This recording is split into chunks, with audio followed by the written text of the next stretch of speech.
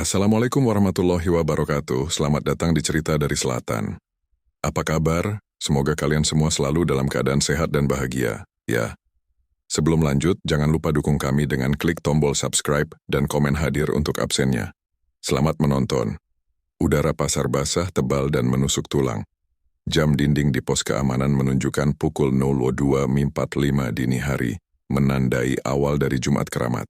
Di sudut paling sepi pasar bunga Bintara, di bawah satu-satunya lampu minyak redup yang berkedip nyaris padam, duduklah Nenek Siti. Sosok ringkih itu menyandarkan punggung yang terasa patah pada dinding semen yang lembab. Kelopak mata sudah terasa berat menahan kantuk yang membayangi kekecewaan. Di hadapan perempuan tua itu terhampar sisa dagangannya. Keranjang-keranjang kecil berisi kembang 7 rupa yang layu, dan sebongkah besar bunga melati. Aroma melati, yang seharusnya membawa kesegaran magis, kini terasa getir dan memuakkan, bercampur dengan bau sampah basah dan kotoran tikus. Sepanjang malam, hanya 2 pembeli yang menghampiri. Itu pun hanya membeli kembang kenanga untuk upacara kecil. Bunga melati primadona Siti masih utuh tak tersentuh, padahal melati adalah kunci rezeki bagi penjual bunga sepertinya di malam yang dipercaya banyak orang sebagai malam paling spiritual. Nenek Siti menghela napas panjang, kabut tipis keluar dari mulutnya. Jemari kurusnya yang cekatan mulai merapikan untaian melati, mempersiapkan diri untuk membungkusnya dalam daun pisang dan membuangnya. Kerugian kali ini akan sangat memukulnya. Pikiran melayang pada gubuk reot yang atapnya bocor di 3 titik. Tiba-tiba, keheningan pasar yang hanya diisi dengungan lampu minyak itu pecah. Bukan karena suara langkah kaki, melainkan karena getaran wewangian. Sebuah aroma yang tak tertahankan, murni, seperti embun pertama di taman kerajaan yang belum tersentuh mentari. Bau yang jauh lebih kaya dari ribuan kembang melati yang pernah Siti jual. Sosok itu muncul dari kegelapan lorong, seolah-olah baru saja melangkah keluar dari lukisan tua. Ia adalah seorang gadis, tinggi semampai, mengenakan kebaya beludru hitam yang tampak tidak memiliki jahitan, rambut hitamnya disanggul tinggi dihiasi bunga sedap malam yang tampak baru dipetik. Masih berkilauan oleh embun, kulitnya pucat seperti pualam, dan wajahnya. Demikianlah keindahan yang membuat Nenek Siti seketika melupakan rasa kantuk dan sakit punggung. Gadis itu berdiri tepat di hadapan keranjang Siti. Pandangan matanya lurus, dingin, namun memesona. Matanya memiliki teduh yang aneh, seolah-olah menyimpan sejarah 1000 tahun. "Melati," kata gadis itu, suaranya halus seperti desiran sutra kuno. "Hanya melati, Nenek. Saya ingin semuanya." Siti tertegun. Tidak pernah ada orang yang membeli seluruh sisa melatinya, apalagi di waktu sedini ini. "Semua, Nak. Ini banyak sekali. Ini semuanya," ulang gadis itu lembut. Tangannya terulur ke arah tumpukan melati. Siti tersadar, segera membungkus semua melati yang ada. Hati berdebar antara rasa syukur dan ketakutan aneh yang samar-samar. Sosok wangi ini terasa terlalu sempurna, terlalu asing untuk berada di tempat kotor dan remang-remang seperti ini. Setelah melati terbungkus rapi, Siti menyebut harga, jumlah yang sangat kecil untuk sekantong besar melati itu. Gadis itu, yang kemudian memperkenalkan diri sebagai Puspita, mengeluarkan sesuatu dari kantong sutra kecil yang tergantung di pinggangnya. Bukan uang kertas yang lecek, bukan pula uang koin receh. Yang diletakkan Puspita di atas tumpukan daun pisang adalah sekeping koin emas. Logam itu berat dan berkilauan, memantulkan cahaya redup lampu minyak dengan kemilau yang nyaris menyilaukan. Di permukaannya terukir aksara Jawa kuno yang Siti kenali sebagai aksara Kawi. Aksara yang hanya dilihatnya di buku-buku sejarah yang sudah usang. Koin itu dingin, memiliki tepian yang sempurna, dan baunya sedikit seperti lumut dan tanah tua. Nenek Siti menelan ludah. "Nak, ini uang mainan?" tanyanya, meraba koin itu dengan ujung jari gemetar. Puspita tersenyum, senyum yang tidak mencapai matanya. "Itu adalah nilai yang sesungguhnya, Nenek. Ambillah, tidak ada kembalian." Gadis itu mengambil sebungkus besar melati. Siti ingin berteriak, ingin berdebat, ingin bertanya dari mana koin emas zaman kerajaan ini berasal. Namun, saat tatapan Nenek Siti kembali terarah pada Puspita, gadis itu sudah tidak ada. Area sepi pasar itu kembali kosong, hanya menyisakan dingin dan bau melati yang kini bercampur dengan wangi parfum kuno Puspita yang memabukkan. Yang tersisa di hadapan penjual bunga itu hanyalah sebongkah koin emas kuno, yang terasa dingin dan berat menjadi saksi bisu perjumpaan yang mustahil di penghujung malam yang sunyi. Siti memegangnya erat-erat, kekayaan yang mendadak muncul dari dimensi lain. Pagi itu, mentari terbit menyinari sebuah gubuk reot, tetapi penghuninya, Nenek Siti, merasakan kehangatan yang belum pernah dirasakan sebelumnya. Setelah bermalam tanpa tidur, mata sang penjual bunga itu terus tertuju pada koin emas yang diletakkannya di bawah bantal. Koin itu terasa nyata, dingin dan berat. Siti mencubit lengannya sendiri. Ini bukan mimpi. Perempuan tua itu mengambil keputusan berani.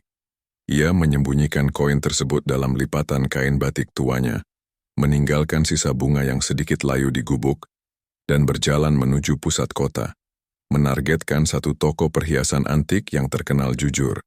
Pemilik toko, seorang Tionghoa tua bernama Koh Acong, mengambil koin itu dan memeriksanya di bawah kaca pembesar.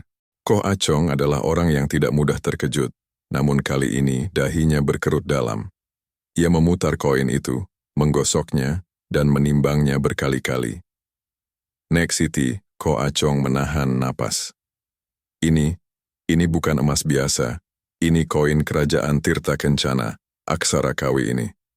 Koin-koin seperti ini, kalaupun ada, sudah menjadi koleksi museum. Koin ini asli, murni. Usianya mungkin ratusan tahun. Siti tidak tahu harus berbuat apa selain memegang tas batiknya erat-erat. Berapa nilainya, Koh? Jawaban Koh Acong sungguh mengejutkan. Jumlahnya sangat besar. Cukup untuk membeli gubuk reotnya, membangunnya kembali, dan masih menyisakan uang untuk hidup nyaman selama bertahun-tahun. Mata Nenek Siti berkaca-kaca. Kemiskinan yang ia bawa sejak suaminya meninggal, kekhawatiran akan atap yang bocor, rasa lapar yang sering mendera, semua itu sirna dalam sekejap. Dalam waktu kurang dari seminggu, kehidupan Siti berubah total. Pekerja bangunan merombak gubuk menjadi rumah kecil yang kokoh dengan atap baru. Sang pemilik warung kini memiliki kasur yang empuk, kamar mandi yang layak, dan di lemari barunya, ia menyimpan uang tunai hasil penjualan koin emas itu. Dan tentu saja, melati yang ia beli dari pasar. Perubahan drastis ini mengundang kehebohan di lingkungan pasar. Para tetangga dan pedagang, yang sebelumnya hanya mengasihani, kini mulai bergosip. Dari mana uang itu? Bisik-bisik yang dilancarkan. Pasti ada pesugihan. Mungkin dia menemukan harta karun di makam tua. Siti yang kini sudah tidak berjualan setiap malam, hanya membalas tatapan curiga itu dengan senyuman kecil, menutup rapat-rapat rahasia tentang Puspita dan koin emas kuno yang luar biasa itu. Hidup baru itu menyenangkan, tetapi hati Nenek Siti tetap gelisah. Kenyamanan yang dirasakan terasa hampa, karena semua kemewahan ini memiliki tanggal kedaluarsa. Uangnya akan habis, dan Siti akan kembali miskin. Satu-satunya solusi adalah, gadis misterius itu harus kembali. Seluruh waktu luang yang dimilikinya kini didedikasikan untuk menghitung hari. 5 hari, 4 hari, 3 hari, penantian itu menjadi sebuah penyiksaan, mengubah rasa syukur menjadi obsesi yang membara. Ia kembali ke pasar, bukan untuk berjualan, melainkan untuk duduk di sana, di pojok remang-remang itu, dengan sebungkus besar melati segar, seperti umpan yang menanti mangsa berharga. Tepat pada Jumat kedua, menjelang subuh, aroma yang tak terlupakan itu kembali. Angin berdesir dingin, membawa harum bunga sedap malam. Puspita muncul di tempat yang sama, seolah-olah waktu tidak pernah berjalan. Puspita tampak sama, anggun, halus, dan mata yang menyimpan rahasia abadi. Tanpa banyak kata, Nenek Siti menyodorkan melati. Puspita menerimanya dengan senyum tipis dan kembali meletakkan koin emas berkilauan yang lain. Koin kedua. Kali ini Siti tidak terkejut. Tangan yang gemetar kini meraih koin itu dengan ketenangan seorang pencandu yang mendapatkan dosisnya. "Terima kasih, Puspita," bisik Siti, suaranya tercekat. Gadis itu, sambil memegang erat melati di dadanya, hanya mengangguk. Sampai jumpa lagi nenek, katanya. Dan kemudian sosok wangi itu kembali menghilang, meninggalkan Nenek Siti dalam dingin dan beratnya janji kekayaan yang terukir pada koin kuno. Siti tahu, mulai sekarang, setiap malam Jumat bukan lagi sekadar malam keramat, melainkan janji temu dengan nasibnya. Kebiasaan baru telah terbentuk, pola yang akan mengubah realitasnya selamanya. 3 bulan berlalu.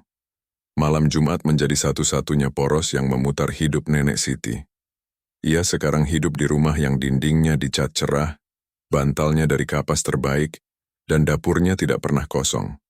Namun, sang pemilik rumah baru itu telah kehilangan jiwanya di pasar. 9 kali sudah Puspita menampakkan diri.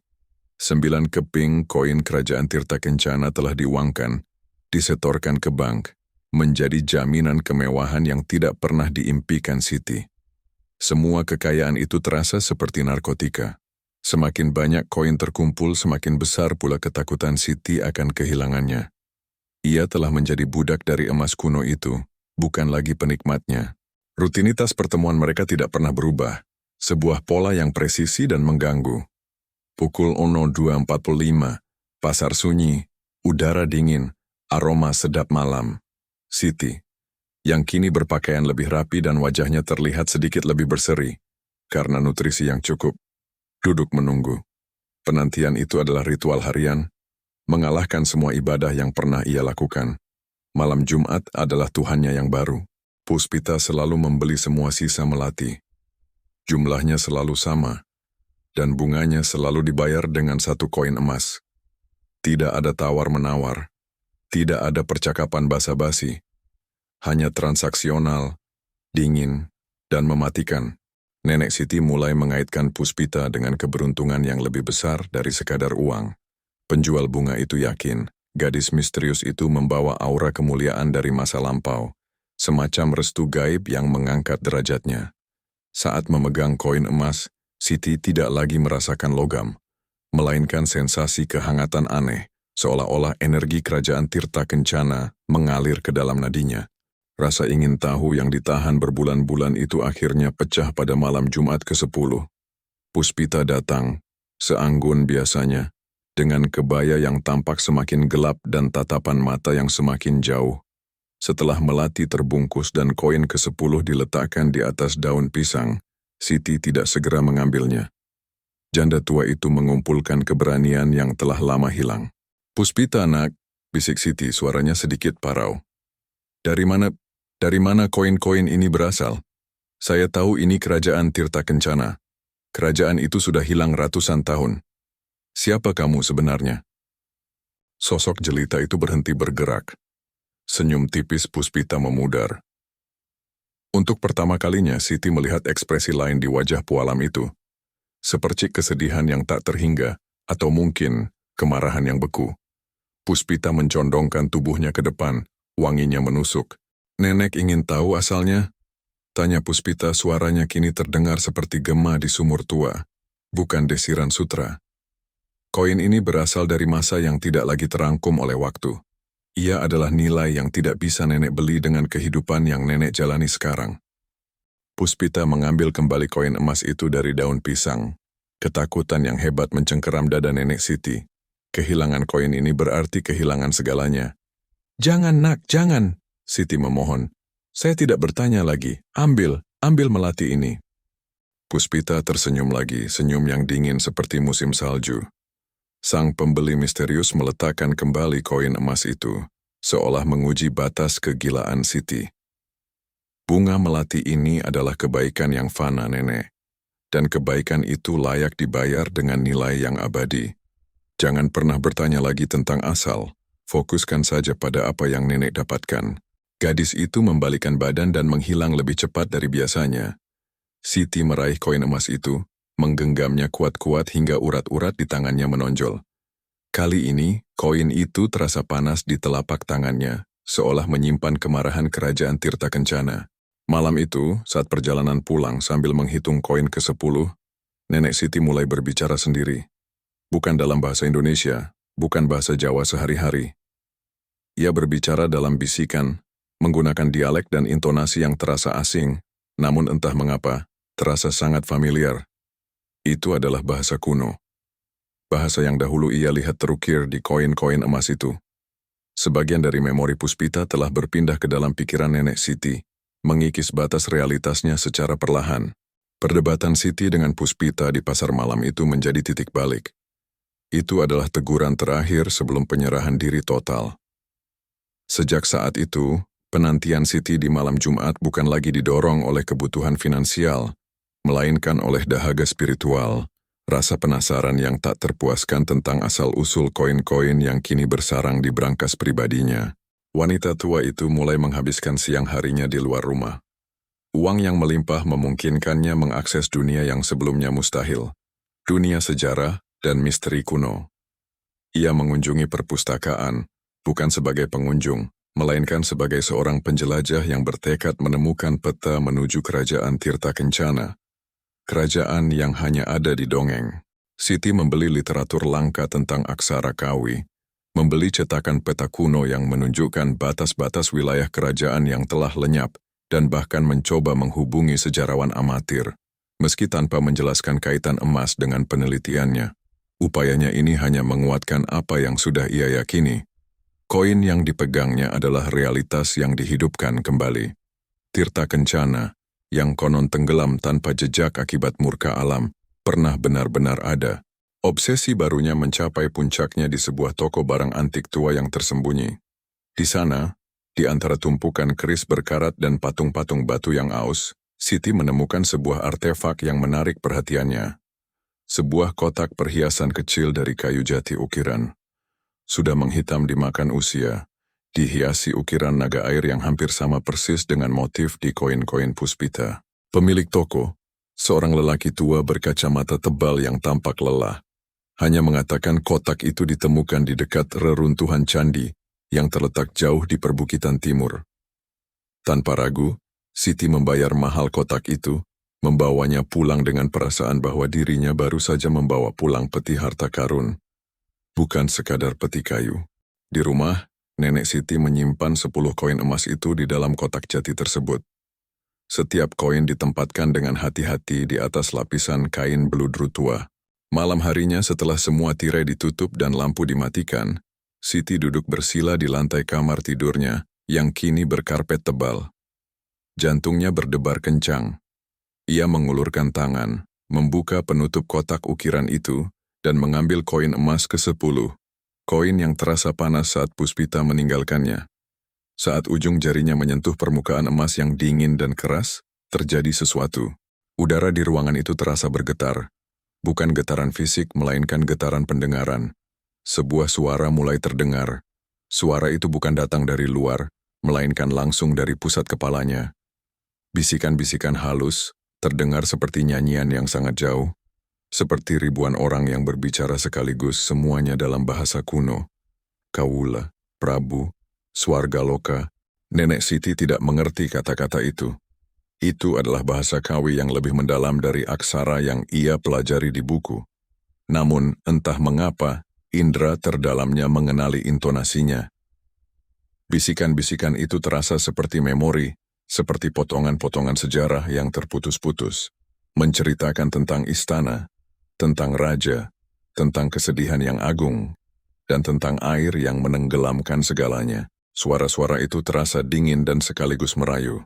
Siti merasakan pusing yang luar biasa, tetapi rasa sakit itu segera digantikan oleh sensasi kemuliaan yang memabukkan. Ia menutup mata, mencoba memfokuskan diri pada bahasa yang asing itu.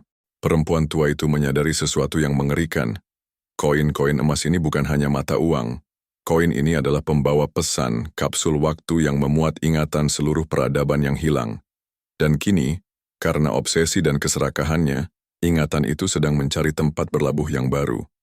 Pikiran Nenek Siti, ketika Siti akhirnya melepaskan koin itu dari genggamannya, keheningan kembali. Tetapi keheningan itu terasa berat, berisi bayangan ribuan tahun. Siti mengambil napas yang gemetar. Ia mencoba berbicara.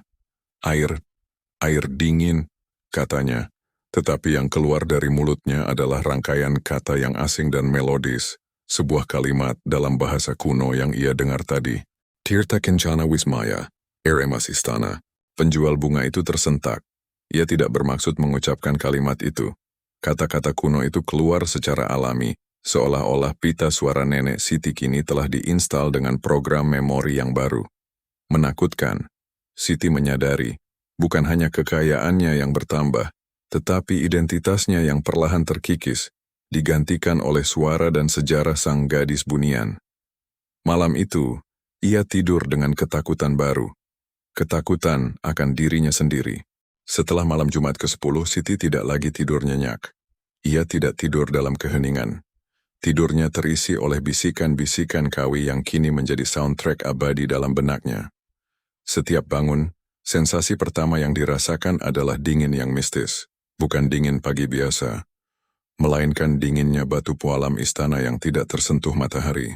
Perubahan itu dimulai dari rumah.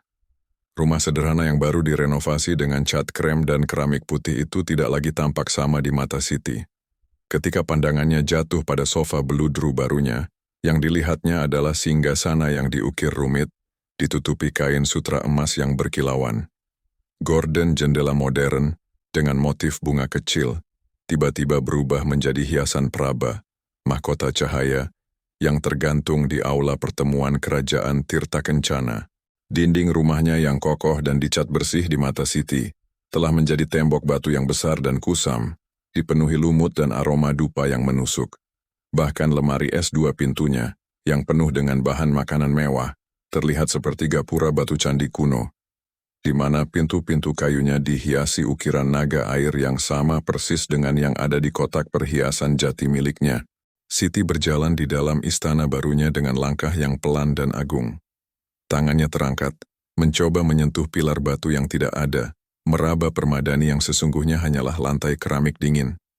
Dalam ilusi ini, sang wanita tua itu bukan lagi nenek Siti, si penjual bunga yang beruntung, melainkan seorang diah atau dayang istana yang memiliki peran penting dalam masa kejayaan yang telah lama hilang. Bahasa Indonesia terasa asing di lidahnya. Jika hendak meminta minum, yang keluar adalah kalimat formal yang panjang dalam bahasa Kawi. Suatu sore, anak tetangganya, seorang gadis kecil bernama Rina, datang untuk mengembalikan mangkuk pinjaman. Rina mendapati Siti sedang duduk di teras, matanya kosong menatap kebun kangkung kecil di samping rumah. "Nek Siti, ini mangkuknya," kata Rina, mengulurkan benda itu. Siti menoleh. Sosok itu menatap Rina, tetapi yang dilihatnya adalah seorang abdi dalam yang berlutut di hadapan singgasananya. Mata Siti berkilauan aneh. "Persembahan apa yang kau bawa, abdi?" tanya Siti, suaranya dalam dan bergetar. Tetapi kata-kata yang keluar bukan bahasa Indonesia. "Arsa mami krama, powa krama nira." "Apa persembahan yang kau bawa, hamba?" Rina kecil terkejut. "Hah? Mangkuk, Nek. Ini mangkuk sisa bubur kemarin." Siti tidak mendengar. Di telinganya suara Rina terdengar seperti ratapan yang jauh dan tidak penting. Sang wanita tua hanya melihat kebenaran kerajaan Tirta Kencana, kebenaran yang tertanam dalam koin-koin emas di kotak jati. Siti mengangguk, isyarat agung yang terasa berat. "Bagia Nira, anggen-gen kawitan, beruntunglah engkau, jagalah pusaka ini." Rina ketakutan, menjatuhkan mangkuk itu hingga pecah. Mangkuk porselen itu pecah di hadapan Siti, tetapi di mata Siti, yang pecah adalah guci keramik kerajaan Tirta Kencana. Siti hanya tersenyum samar, senyum yang diselimuti aura kemuliaan yang tragis, seolah-olah kehancuran itu adalah pemandangan yang sudah biasa baginya. Keseharian nenek Siti berubah menjadi serangkaian ritual yang tidak ada hubungannya dengan hidupnya. Ia menolak makan nasi modern. Ia hanya ingin makan buah-buahan dan umbi-umbian yang ia sebut sebagai makanan istana. Ia menghabiskan berjam-jam mencoba merangkai untayan melati. Bukan untuk dijual, tetapi untuk ditempelkan di rambutnya sendiri, meniru sang puspita. Orang-orang di pasar dan tetangga mulai menjauhi Siti. Mereka menganggap kekayaan itu telah merenggut kewarasannya. Gosip berubah dari pesugihan menjadi gila harta. Anak muda berani merekamnya diam-diam, lalu menyebarkan video Siti yang berbicara bahasa Kawi kepada tanaman di halaman. Siti tidak peduli. Realitasnya yang baru jauh lebih nyata dan jauh lebih indah. Uang di bank kini terasa seperti angka kosong, yang bernilai hanya koin emas di dalam kotak jati. Ia hidup untuk koin, untuk Puspita, dan untuk malam Jumat berikutnya, malam di mana ia merasa paling dekat dengan Swargaloka Tirta Kencana. Ia tahu, setiap kali Puspita memberinya koin, gadis itu tidak hanya membayar bunga, tetapi juga menanamkan sepotong dari kerajaannya yang hilang ke dalam pikiran sang penjual bunga. Siti telah menjadi gudang penyimpanan kerajaan Tirta Kencana yang perlahan tapi pasti mengambil alih dirinya. 2 minggu berlalu dalam delusi agung nenek Siti. Video-video dirinya yang berbicara dengan kangkung dalam bahasa Kawi telah menjadi viral lokal, menarik perhatian bukan hanya tetangga, tetapi juga satu-satunya kerabat dekat Siti yang tersisa, Mira, keponakan jauhnya yang bekerja di kota. Mira, yang terputus hubungannya dengan Bibi Siti sejak sang bibi jatuh miskin, tiba-tiba muncul di depan rumah mewah hasil renovasi itu, didorong oleh campuran rasa iba, rasa penasaran, dan yang paling utama, kekhawatiran tentang warisan. Mira tiba pada sore hari yang terik, membawa ketua RT, kepala rukun tetangga, Pak Budi, sebagai saksi. Mereka mendapati pintu rumah Siti terbuka sedikit. "Assalamualaikum, Bi Siti," sapa Mira lembut, mencoba mengintip ke dalam. Siti yang sedang duduk di sofa, yang dalam pandangannya adalah singgasana batu hitam, sambil menyisir rambutnya yang panjang dengan sisir emas hasil ilusi, menoleh perlahan. Matanya, yang selalu Siti rawat agar terlihat bersinar, menatap tajam ke arah pintu. Baginya Mira dan Pak Budi adalah dua sosok berpakaian compang-camping, berani mengganggu ketenangan istana. "Siapa yang berani melangkah masuk ke dalam mandala prana tanpa izin?" tanya Siti. Suaranya kini terdengar begitu berat, seolah datang dari dada yang penuh kekuasaan. Mira mengerutkan dahi. "Bi, ini Mira, keponakanmu. Kenapa, Bi? Ada apa dengan Bibi? Ini rumah Bibi." Siti berdiri, langkahnya tegak lurus, sebuah gerakan yang aneh untuk wanita seusianya. Ia berjalan mendekat, setiap langkahnya terasa berat seperti langkah patung batu. "Rumah, ini bukan rumah, hamba. Ini adalah gerbang menuju Swargaloka, istana surga, yang telah bangkit dari air. Kau, yang berbau debu dan logam kotor, mengapa kau datang kemari?" Pak Budi, sang ketua RT, mencoba menengahi.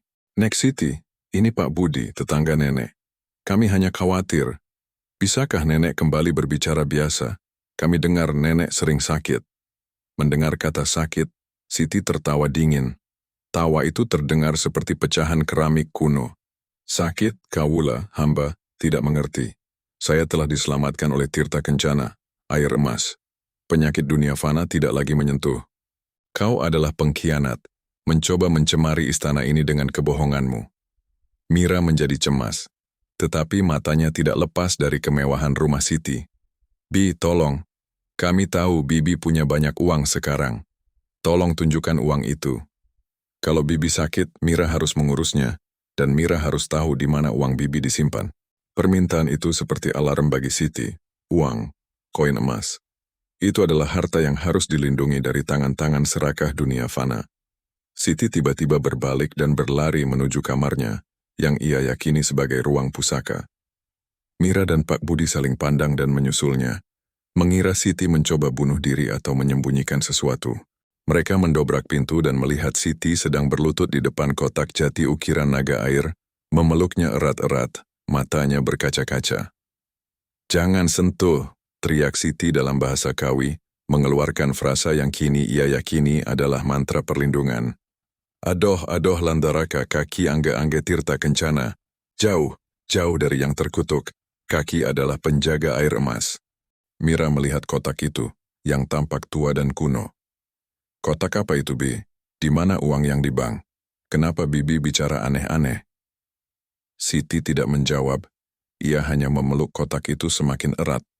Tangan kanannya terulur ke samping, meraih sebuah untayan melati yang sudah menghitam, layu dan bau, yang ia kira adalah tongkat kerajaan. Sambil memegang untayan melati layu itu seperti pedang, Siti berdiri. "Pergi," desisnya. Tetapi bukan suara Siti yang keluar, melainkan suara yang dingin, dalam dan bergaung, seolah-olah dua suara berbicara sekaligus, suara Siti dan bisikan Puspita. Keluar dari istana raja, Sirawatek raksasa, siratan pantas dadi abdi. Kalian adalah kaum raksasa, kalian tidak pantas menjadi hamba. Pak Budi, ketakutan dengan perubahan suara Siti segera menarik Mira keluar dari kamar. Mereka menutup pintu, meninggalkan Siti sendirian dengan kotak jatinya. Di luar, Mira tampak frustrasi. Dia gila Pak RT, dia gila, isak Mira.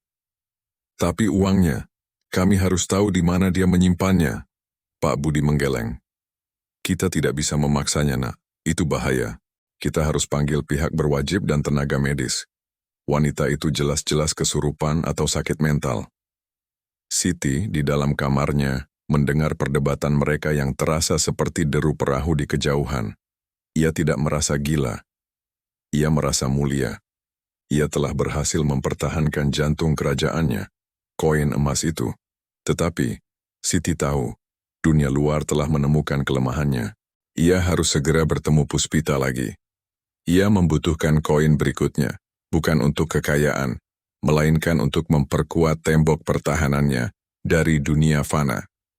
Malam itu, Siti tidur dengan kotak jati di pelukannya, menghitung jam menuju hari Jumat.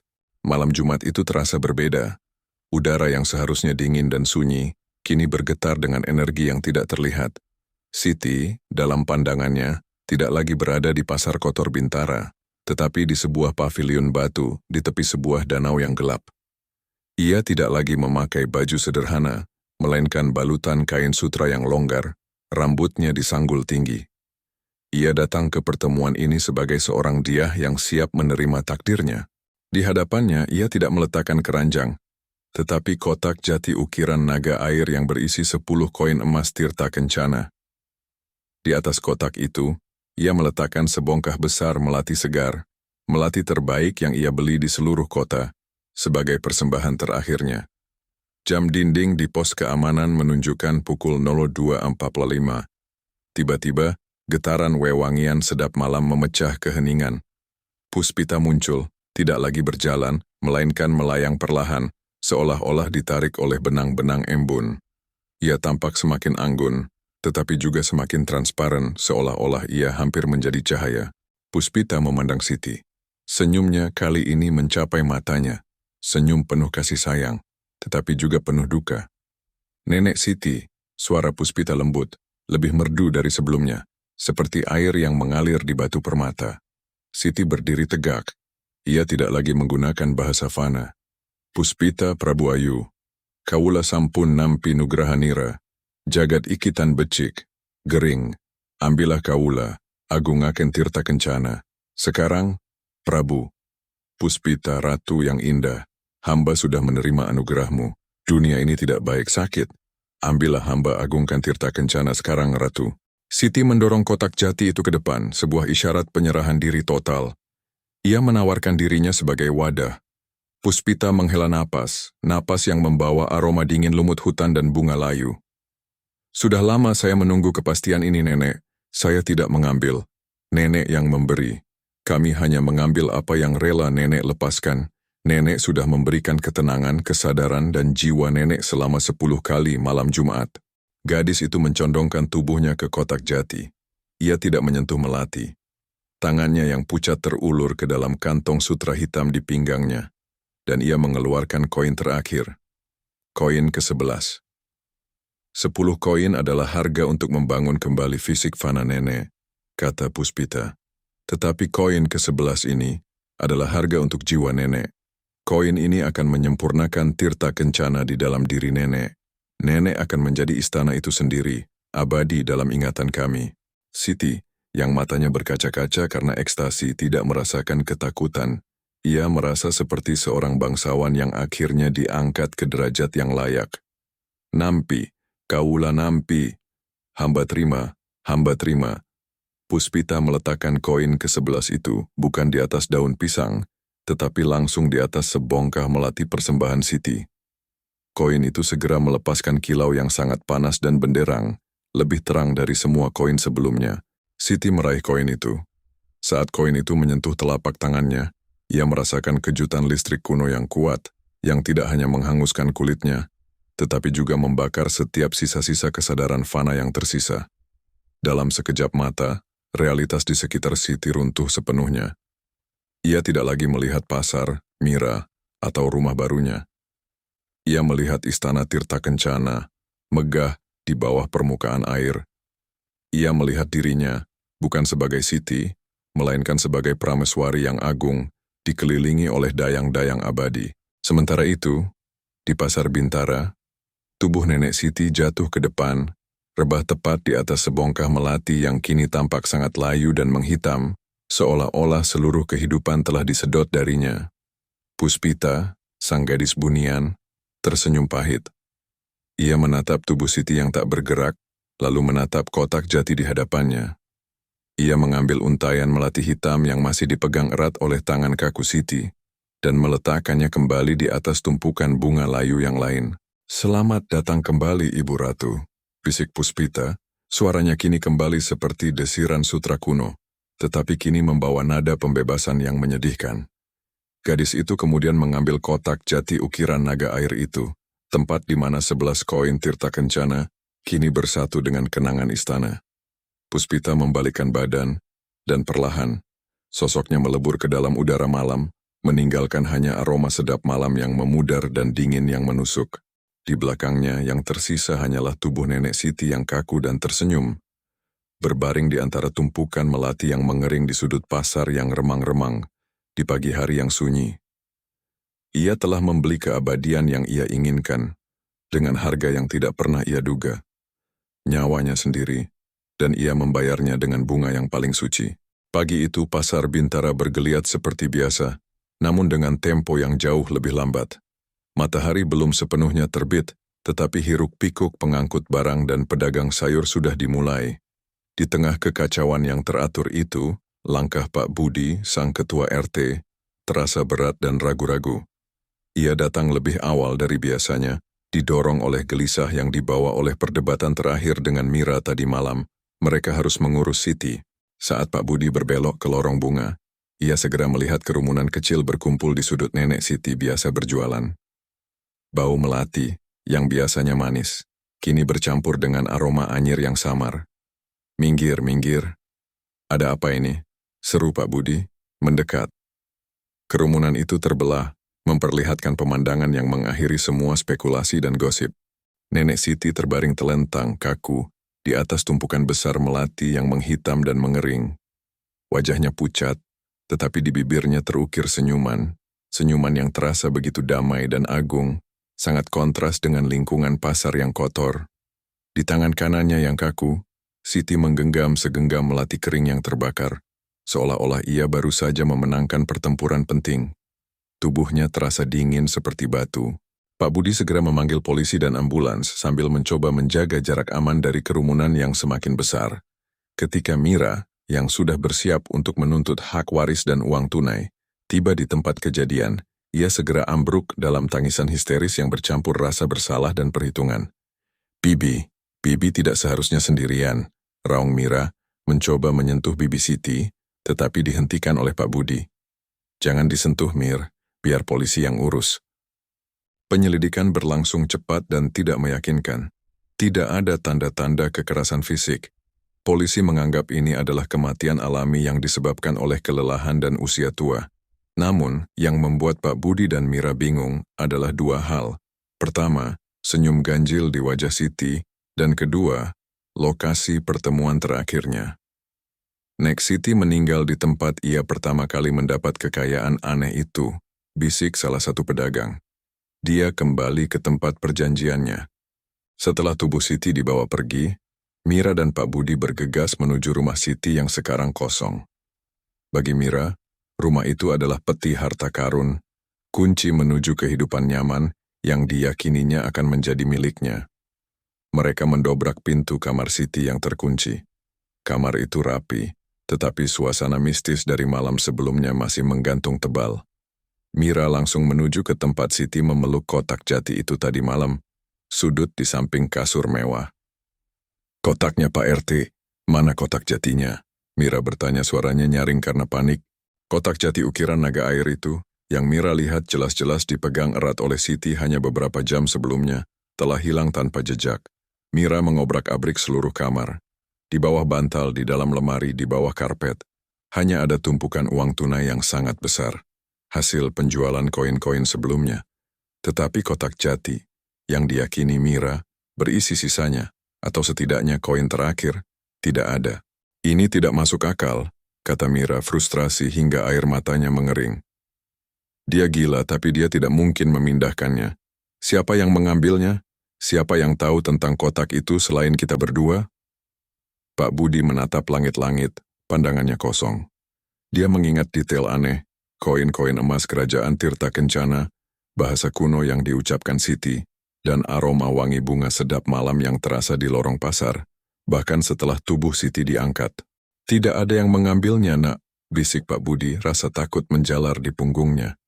Kotak itu tidak pernah ada di sini secara utuh di dunia kita.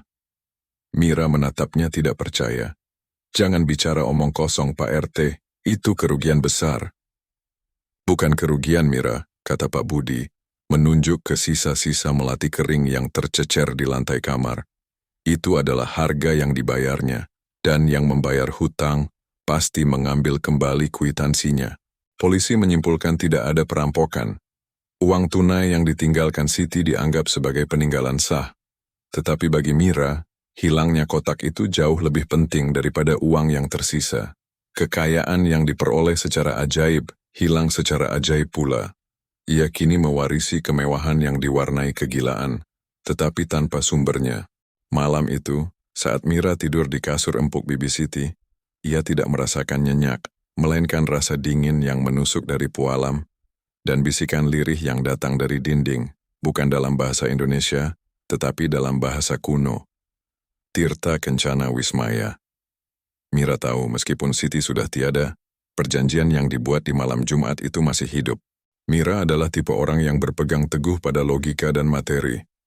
Koin emas itu nyata, Koh Acong membuktikannya. Uang di bank itu nyata. Oleh karena itu, sumber koin itu pasti nyata dan bisa ditemukan. Ia menolak penjelasan mistis Pak Budi tentang harga yang dibayar. Baginya Puspita adalah seorang manusia, seorang kolektor kaya yang kini memiliki kotak jati berisi harta yang seharusnya menjadi miliknya. Mira memutuskan untuk mengabaikan warisan uang tunai yang ada dan memfokuskan obsesi barunya, mencari Puspita. Ia kembali ke pasar bunga Bintara setiap malam Jumat, tepat pukul 02.45. Tentu saja, ia tidak berjualan bunga. Ia duduk di pojok yang sama, mencoba meniru posisi Nenek Siti, memegang sebungkus melati segar di pangkuannya, sebuah umpan. Minggu pertama Mira menunggu sendirian. Yang ia temukan hanya tikus pasar dan dingin yang menusuk. Minggu kedua, ia membawa kopi dan selimut tebal. Ia tidak melihat apa-apa, kecuali bayangan dirinya yang reflektif di jendela toko yang gelap. Namun di minggu ketiga saat jam menunjukkan pukul 02.45, sesuatu terjadi. Bukan Puspita yang muncul, melainkan aroma. Aroma sedap malam yang tajam, murni dan menusuk, yang segera menghapus bau busuk pasar. Aroma itu begitu kuat hingga Mira merasa pusing, seolah-olah menghirup gas murni. Mira menoleh ke segala arah. Aroma itu datang dari lorong yang sama, tetapi tidak ada siapa-siapa.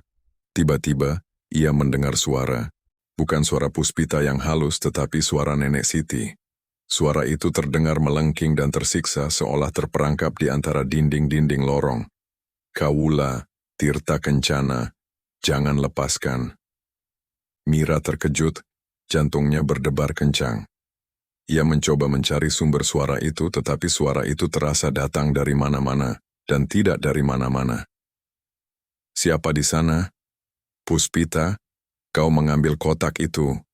Teriak Mira, suaranya terdengar pecah dan panik. Tiba-tiba, bayangan Puspita muncul di dinding semen yang lembab, bukan sosoknya, hanya bayangannya. Bayangan itu tinggi, langsing, dan tampak membawa sesuatu di tangannya, yang terlihat seperti kotak kecil. Bayangan itu berhenti, menatap bayangan Mira. Kemudian, bayangan Puspita mengangkat tangannya, seolah-olah memberikan salam perpisahan yang dingin. Bayangan itu kemudian melebur ke dalam kegelapan dinding, meninggalkan Mira sendirian. Mira berlari ke tempat bayangan itu menghilang. Ia menyentuh dinding yang dingin dan lembab. Tidak ada apa-apa. hanya lumut. Tetapi, di lantai, tergeletak sesuatu. Itu adalah sehelai kelopak bunga sedap malam. Kelopak itu terlihat utuh, putih seperti pualam, dan masih berkilauan oleh embun. Mira mengambilnya. Kelopak itu terasa sangat dingin. Ia menyimpannya di dompet, sebuah bukti bahwa Puspita benar-benar ada. Atau setidaknya, bayangannya ada. Mira kembali ke rumah Siti, yang kini sudah menjadi miliknya secara hukum, tetapi terasa asing. Ia mulai mencari setiap petunjuk tentang kerajaan Tirta Kencana. Ia menemukan buku-buku usang yang dibeli Siti tentang aksara Kawi dan peta kuno yang digambar tangan. Mira mulai membaca buku-buku itu. Namun, setiap kali ia membaca aksara Kawi, telinganya terasa berdengung dan ia mulai mendengar bisikan-bisikan halus yang didengar Siti. Swargaloka, Prabu, Mira, sang wanita modern yang rasional, menjadi semakin paranoid. Ia yakin Puspita adalah hantu atau bunian, tetapi ia lebih yakin Puspita adalah pintu masuk menuju kekayaan yang tidak terbatas. Dia telah melihat buktinya. Kekayaan itu ada, dan untuk mendapatkannya dia harus mengikuti jejak gila Bibi Siti. Obsesi Mira telah dimulai. Malam Jumat telah merenggut nyawa Bibi Siti, dan kini, malam Jumat yang sama telah menjerat Mira dengan janji kekayaan abadi yang tersimpan di balik kelopak bunga sedap malam. Kelopak bunga sedap malam itu menjadi jimat Mira. Kelopak itu tidak pernah layu, baunya tetap segar. Mira yakin kelopak itu adalah petunjuk, atau mungkin adalah kunci. Ia kembali ke toko barang antik Koh Acong, tempat Siti membeli kotak jati ukiran naga air yang hilang itu. Koh Acong, kata Mira, menunjukkan kelopak bunga itu. Apakah kakek ingat di mana tepatnya kotak ukiran naga air itu ditemukan? Saya adalah ahli waris nenek Siti. Kotak itu hilang. Koh Acong yang sudah tua dan penuh pengalaman, menatap kelopak bunga itu dengan mata menyipit. Ini bunga sedap malam dari dunia yang berbeda, Nona. Wanginya terlalu murni. Koh Acong kemudian menggeleng, menolak membahas hal mistis.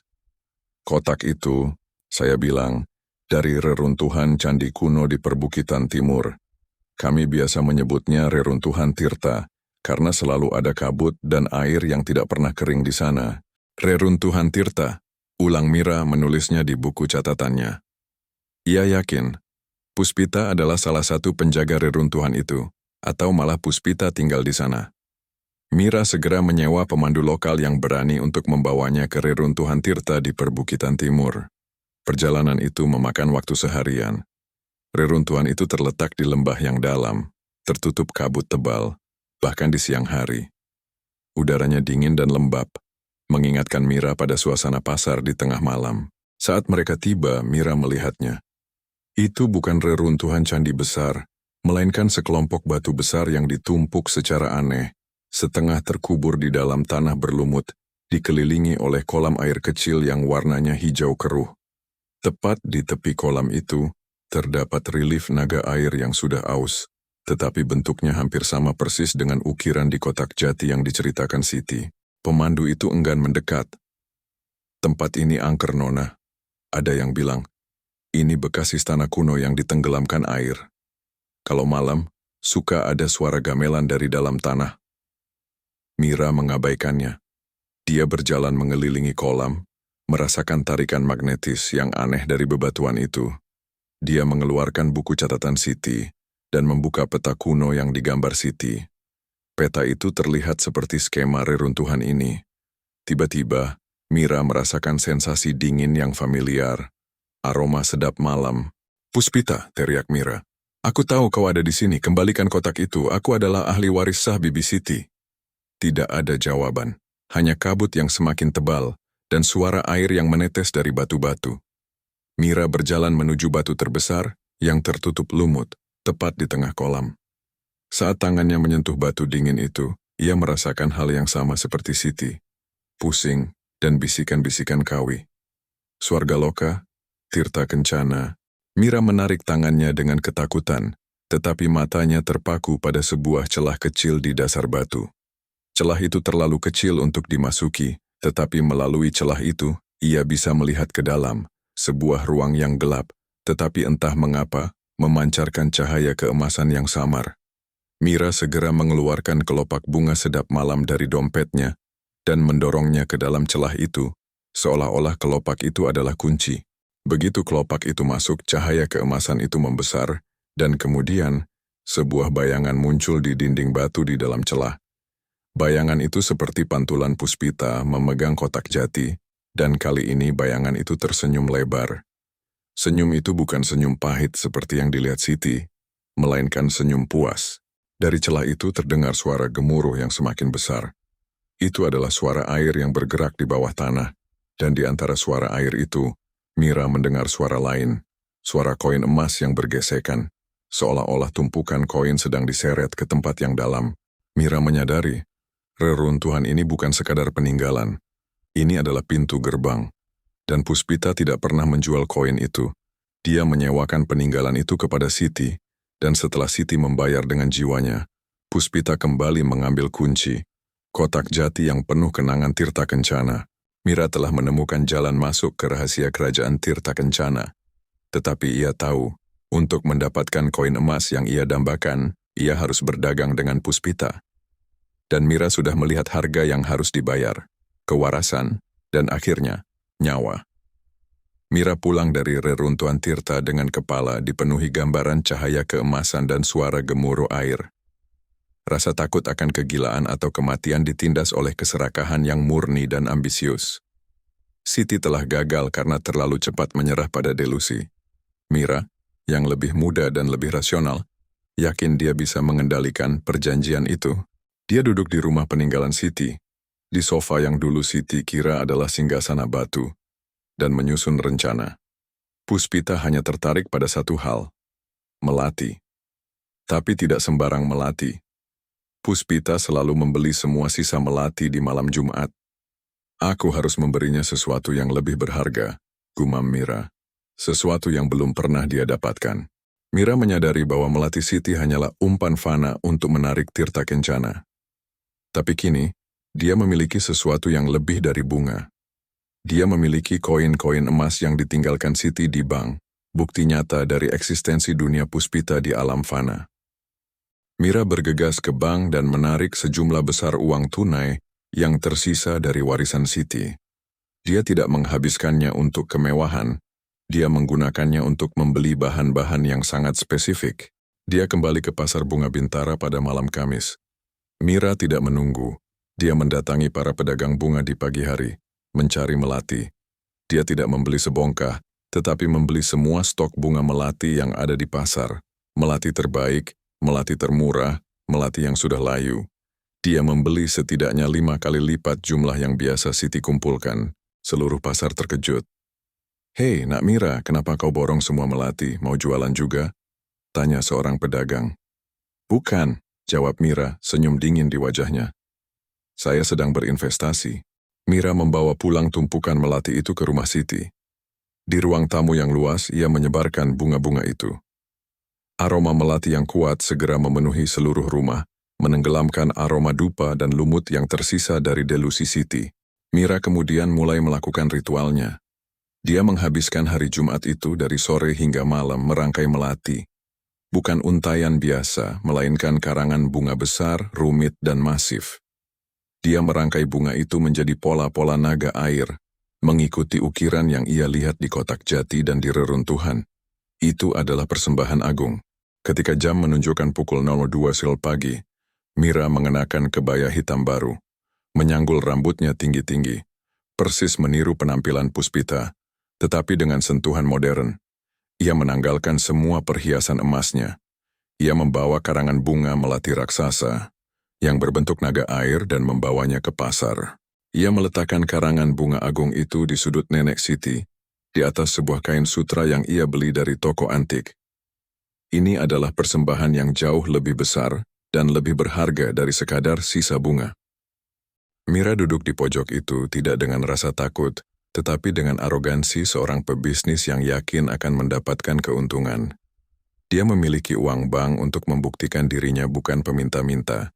Dia memiliki motif yang lebih mulia. Ia tidak hanya ingin koin, ia ingin menemukan dan menguasai Tirta Kencana. Tepat pukul 02.45, udara menjadi tebal, dan aroma sedap malam muncul. Puspita muncul. Gadis bunian itu berdiri di sana, di hadapan karangan melati naga air mira. Puspita terlihat terkejut. Ini adalah persembahan pertama yang tidak berasal dari kelelahan, tetapi dari pengorbanan yang disengaja. "Siapa kamu?" tanya Puspita. Suaranya terdengar tidak lagi halus melainkan bergetar karena terkejut. "Nenek Siti telah pergi. Kau bukan dia." Mira tersenyum dingin. "Aku keponakannya, aku mewarisi urusan Bibi Siti, namaku Mira. Aku datang untuk melanjutkan transaksi ini." Mira menunjuk ke karangan bunga agung itu. "Ini lebih dari sekadar melati, Puspita. Ini adalah kebaikan dan niat yang jauh lebih besar dari yang bisa Bibi Siti berikan. Aku tahu kau ratu dari kerajaan Tirta Kencana. Aku tahu kau mengambil kotak jati itu. Sekarang, aku menuntut pembayaran untuk persembahan ini. Aku tidak mau 1 koin. Aku ingin tahu seluruh rahasia kerajaan Tirta. Aku ingin menjadi sekutumu, bukan hambamu." Puspita menatap tajam ke dalam mata Mira. Senyum perlahan terukir di bibirnya. Senyum kali ini adalah senyum kegembiraan yang berbahaya. "Oh Mira," desis Puspita. "Kau sangat berbeda dengan Nenek Siti. Kau datang bukan untuk bertahan hidup, tetapi untuk kekuasaan. Perdagangan ini akan jauh lebih menarik." Puspita mengambil karangan bunga melati naga air itu, memeluknya ke dada. Dalam sekejap melati itu tidak menghitam, melainkan bersinar, memancarkan cahaya keemasan yang sama dengan yang dilihat Mira di reruntuhan. Puspita mengulurkan tangannya, dan kali ini koin emas itu tidak lagi diletakkan di atas daun pisang, melainkan di telapak tangan Mira yang terbuka. "Koin pertama, Mira," kata Puspita. "Untuk niat baikmu, datang lagi. Kali ini saya akan menuntut harga yang jauh lebih tinggi daripada sekadar bunga." Dan Puspita menghilang. Mira melihat koin emas itu, yang berkilauan dan dingin di tangannya. Ia tidak merasakan ekstasi seperti Siti, melainkan sensasi kekuatan dan janji akan petualangan yang mengerikan. Ia telah berhasil. Ia telah menjerat Puspita. Tetapi ia tahu, di balik kemenangan itu, ia telah menarik garis takdirnya sendiri. Garis yang mungkin akan berakhir di makam yang sama, atau mungkin di singgasana yang jauh lebih mulia.